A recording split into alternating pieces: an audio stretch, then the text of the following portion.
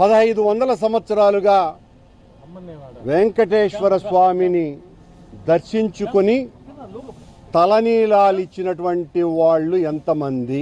తిరుపతిలో సంతకం పెట్టావా? నీ అమ్మ మొగుడు కట్టించాడు తిరుపతి గుడి, నీ అమ్మ మొగుడు కట్టించాడు తిరుపతి గుడి. నా చిన్నతనంలో కొండలో అడవే లేదు. నిజానికి నా చిన్నతనంలో అప్పుడు ఫోటోలు లేని కారణంగా కొండ మొత్తం అంతా కూడా బోడిగుండులాగా ఉండేది.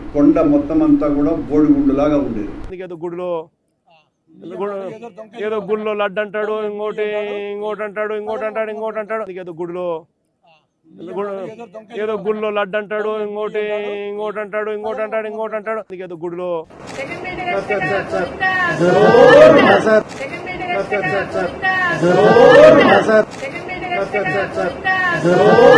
తిరుపతి వెంకన్న స్వామిని మొక్కేతందుకు పోయిండమ్మా. పొద్దుగాల ఏజీలు వారకు ముందుకే దొరగారు పంచగట్టుకొని బయలుదేరిండు. పోయేది పవిత్రమైన గుళ్ళెకు. అందరు భక్తులు చెప్పులు ఇడిచిపోతే ఈ మొనగాడు చెప్పులు వేసుకొని పోతాడు. ఆఖరికి అందరు తిట్టే వరకల్లా ఇడిచిండిగో గుడి దగ్గర. ఈయననే వెంకన్న స్వామికి ఎన్నడు అక్కడికి రాని మనిషి అంటే ఈ లోటాస్ పటేల్ వెనుక 10-20 మంది మంద. వివిఐపిని నేను దర్శనం చేసుకోవాలని ఈ దొరవారు దరఖాస్తు పెట్టుకుంటే టీటీడీలు సంతకం పెట్టక ముందుకే అయ్యగారు స్వామివారి సేవకు బయలుదేరిండు. ఇదే ముక్కునాలకు రాసిన ఒడవని తప్పంటే జగనాలు ఇంటుండే మనుషులు చూడుండ్రి వెంకన్న స్వామి గుడిలో ఎట్లా హల్చల్ చేస్తున్నారో.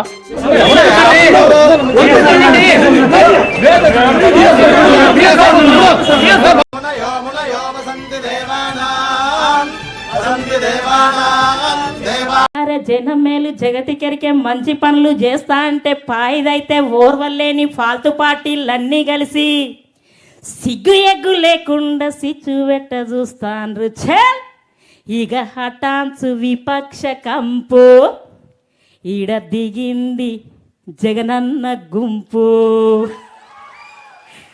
థ్యాంక్ యూ అక్క, థ్యాంక్ యూ సో మచ్. మళ్ళీ అవకాశం అంటుంటే వచ్చి చాలా పాటలు పాడతా తప్పకుండా. పెను తుఫాను తల్లోంచి చూసే తొలి నిప్పు కణం అతడే.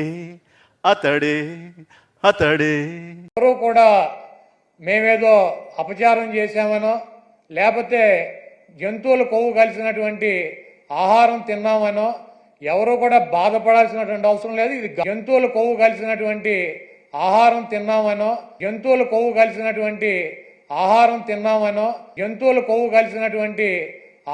తిన్నామనో ఎవరు కూడా బాధపడాల్సినటువంటి అవసరం లేదు. What kind of country are we living in? A person visiting the temple needs to disclose his religion before he is permitted to enter the temple. What